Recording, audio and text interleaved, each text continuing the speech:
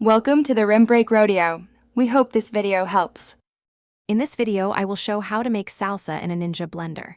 Pulse ripe tomatoes, onion, jalapeno, cilantro, lime juice, and salt in short bursts until you reach the texture you like. Taste and adjust seasoning with more salt or lime as needed. Chill briefly to let flavors meld, and serve with chips or over tacos for a fresh, homemade touch everyone will enjoy. Start by choosing high-quality, fresh ingredients for the best results.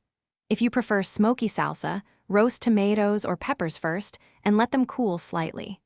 Remove seeds from jalapeno to control heat, but leave some if you want more kick. Always use fresh lime juice and taste as you blend to balance salt and acidity until the salsa sings with bright, fresh flavor. If you are finding the video helpful, please subscribe and like the video. It really helps the channel. Quick recommendation: the Shark AI Ultra Robot Vacuum makes kitchen cleanup effortless with voice control and smart mapping, so you can focus on making salsa instead of sweeping up chips. I love the convenience and humorously think it earns a spot near my blender. Check the description for the link and other deals. Now let's get back to the video.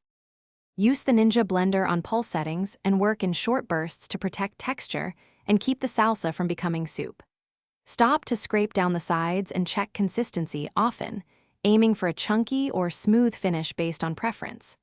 Taste after blending and adjust lime and salt gradually, then chill briefly to let flavors meld before serving with chips, tacos, or as a fresh topping.